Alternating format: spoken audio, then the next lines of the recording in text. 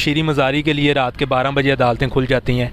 आबिद मली एक दिन में गिरफ़्तार हो जाता है। एक MNA के बेटे के साथ ये सलूक हो, एक ब्यूरोक्रेट के बेटे के साथ ये सलूक हो। मैं देखता हूँ ना कैसे एक दिन में मुल्ज़मान नहीं पकड़े जाते, इतनी बड़ी रॉबरी हो। 2 लोग थे बाइक पे, एक ने फूड पांडा की शर्ट पहनी थी, एक शलवार कमीज़ में था। वहाँ पे यरगमाल बनाया गया, हवाई फायर किए गए हैं। सारे लोग देख रहे थे लेकिन हमारी कोई भी मदद करने नहीं आया। इतना डिप्रेशन में चला गया हूँ कि मैं रोज़ सोचता हूँ कि यार मैं खुदकुशी कर लूँ। मेरी जान का ज़िम्मेदार कौन है? IG पंजाब साहब अगर मुझे कुछ होता है, DIG इन्वेस्टिगेशन साहब अगर मुझे कुछ होता है उसके ज़िम्मेदार आप होंगे। तुमने सितम ढाया जिसे तनहा समझ कर, वो शख्स अपने साथ खुदा लेकर आएगा। बिस्मिल्लाहिर्रहमानिर्रहीम, अस्सलाम वालेकुम। मैं हूं उमर चीमा और आप देख रहे हैं दस्तक TV। इस वक्त मेरे साथ चौधरी हसन गिल साहब मौजूद हैं जो कि मीडिया के स्टूडेंट हैं और आज से कुछ दिन पहले इनके साथ दिन दिहाड़े दोपहर 1:30 बजे इनसे तकरीबन 50 लाख रुपए की अमाउंट जो है वो छीन ली गई, वो हथिया ली गई डाकुओं की जानिब से।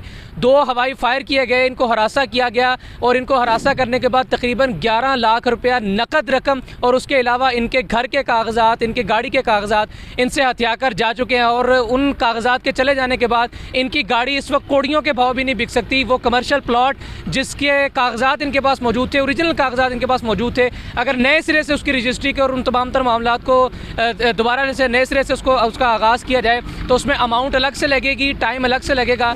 तकरीबन 50 लाख रुपए के इस नुकसान के बाद इनका भाई जो कि बैरून मुल्क में तालीम के लिए गया हुआ था, वो भी बेयारो मददगार अपनी फैमिली की जानिब देख रहा है कि किस तरह से कहाँ से पैसे आएंगे। इनकी तालीम का सिलसिला जो है वो भी तकरीबन मुनक़ते हो चुका हुआ है और ये डिप्रेशन में जा चुके हुए हैं। पुलिस के आला हुकाम तक इन्होंने अपने मीडिया के असर रसूख का इस्तेमाल करते हुए इन्होंने अप्रोच किया, लेकिन वहाँ से भी कोई फ़ायदा इनको हासिल नहीं हुआ। इस वक्त इनके केस की क्या सूरत हाल है, इन्हीं से जानते हैं। अस्सलाम वालेकुम हसन भाई। जी वालेकुम सलाम।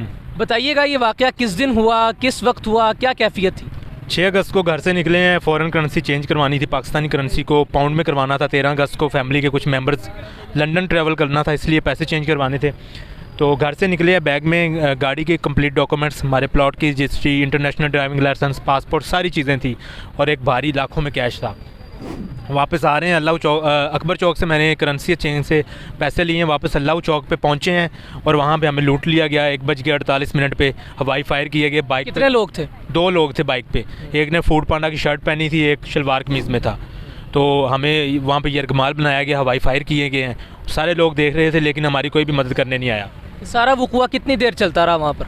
ये तो आधे मिनट में वो करके चले गए। उन्होंने ये बोलने का मौका भी नहीं दिया कि भाई मेरे डॉक्यूमेंट्स वापस कर दो, पैसे ले जाओ। वहाँ पर कोई कैमरा इर्द गिर्द लगा हुआ था? CCTV कैमरे में सारी CCTV फुटेजेस आप देख रहे हैं। जो भी बंदा इन मुल्ज़मान की शनाख्त करेगा या इनकी निशानदेही करेगा उसको मैं 2 लाख रुपए का नगद इनाम दूंगा और उसका नाम भी डिस्क्लोज़ नहीं किया जाएगा। ठीक है। और इस चीज़ की नौबत क्यों आई? क्या पुलिस ताउन नहीं कर रही जो आप खुद से इस चीज़ का ऐलान कर रहे हैं? और आपने मुझे इंटरव्यू से पहले बताया कि CCTV फुटेज भी आपने खुद हासिल की थी। पुलिस ताउन करती है। शीरी मज़ारी के लिए रात के 12 बजे अदालतें खुल जाती हैं। आबिद मली एक दिन में गिरफ़्तार हो जाता है। एक MNA के बेटे के साथ ये सलूक हो, एक ब्यूरोक्रेट के बेटे के साथ ये सलूक हो। मैं देखता हूँ ना कैसे एक दिन में मुल्ज़मान नहीं पकड़े जाते, इतनी बड़ी रॉबरी हो। हम तो भाई इंसाफ के जो ईवान हैं उनको दस्तक दे दे के दरवाज़ों पे थक गए हैं लेकिन इंसाफ नहीं मिला। IG पंजाब को भी केस का पता है, DIG को भी पता है, DIG इन्वेस्टिगेशन लाहौर को भी पता है, SP CIA तो अब केस मेरा CIA में ट्रांसफ़र हो गया है। CIA चाहे तो एक दिन में हमारी रिकवरी करवा के दे सकती है क्योंकि मुल्ज़मान की इतनी वाज़ेह तस्वीर आपने स्क्रीन पे देखी है, ये कैसे नहीं पकड़े जा सकते। तो मेरी गुजारिश है IG पंजाब से, CM पंजाब से, सबसे मेरी गुजारिश है कि हमारी रिकवरी करवाई जाए ताकि मैं अपनी पुरसकून ज़िंदगी में वापस लौटूं। मैं इतना डिप्रेशन में चला गया हूँ कि मैं रोज़ सोचता हूँ कि यार मैं खुदकुशी कर लूँ। मैं सिर्फ़ और सिर्फ अपने माँ बाप के लिए ज़िंदा हूँ। मेरी स्टडी के मामलात हैं, सुबह 2 बजे तक यूनिवर्सिटी में होता हूँ, BS ऑनर कर रहा हूँ मीडिया एंड कम्युनिकेशन रिसर्च में। CSS की क्लास लेनी होती है 3 से 9 बजे तक।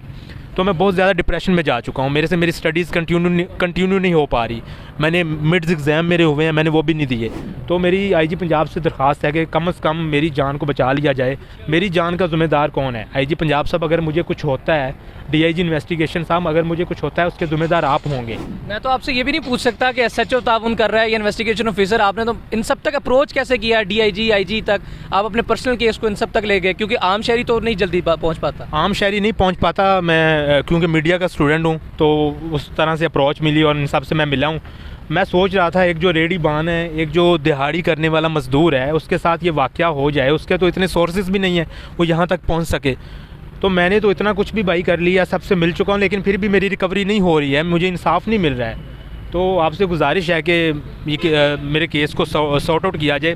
तुमने सितम ढाया जिसे तन्हा समझकर, वो शख्स अपने साथ खुदा लेकर आएगा इंशाल्लाह। और ये बताइएगा कि इस वक्त आप अपने केस को कहाँ पर देख रहे हैं और आप क्या समझ रहे हैं कि मेन कौन सी शख्सियत है, कौन से ऑफिसर हैं जो आपके केस में रुकावट है?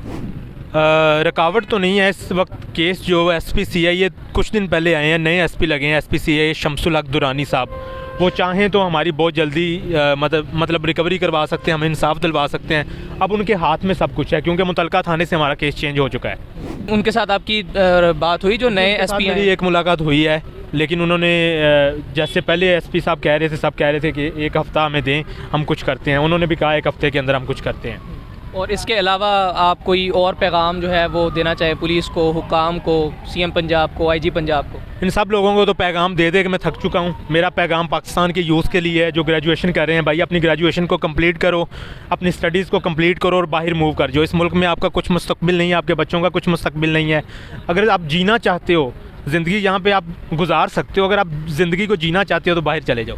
ये आप ये कहना चाह रहे हैं कि जो MNAs MPAs हैं ये सिर्फ उन्हीं का मुल्क है? जी बिल्कुल, ये ब्यूरोक्रेट्स का मुल्क है, ये आर्मी के जनरल्स का मुल्क है। MNA MPAs के बेटे के लिए इस मुल्क में इंसाफ है, आम शहरी के लिए इंसाफ नहीं है। आम शहरी की औकात कुत्ते जैसी है, उससे बढ़ के नहीं है। ख़वातीन हज़रात, जज्बात के बहाव में हसन साहब जो हैं वो काफ़ी ऐसी चीज़ें जो हैं वो कह रहे हैं कि जिन पर एक आम शहरी का दिल बहुत ज़्यादा रंजीदा होता है और वो एक मायूसी किसी कैफियत में चला जाता है। लेकिन हकीकत ये है कि ये मुल्क हकीकतन इन्हीं आला हुकाम के लिए, इन्हीं ब्यूरोक्रेट्स के लिए और इन्हीं MNAs और MPAs के लिए है। लेकिन कमाल बात यह है कि ये भी यहाँ पर रहना पसंद नहीं करते, ये भी बैरून मुल्क स्टे करते हैं और बैरून मुल्क से मज़ीद आगे बैरून मुल्क जाते हैं सैर करने के लिए। लेकिन पाकिस्तान की सूरत हाल ये है, या पाकिस्तान में एक आम शहरी की सूरत हाल ये है कि जब अदलिया का, जब इंसाफ का तगड़ा खुलता है तो ये मालूम होता है कि मज़लूम के लिए, गरीब के लिए, आम शहरी के लिए कचहरी है और तगड़े आदमी के लिए इंसाफ की फराहमी है। मुझे इजाज़त दीजिए, अल्लाह हाफ़िज़।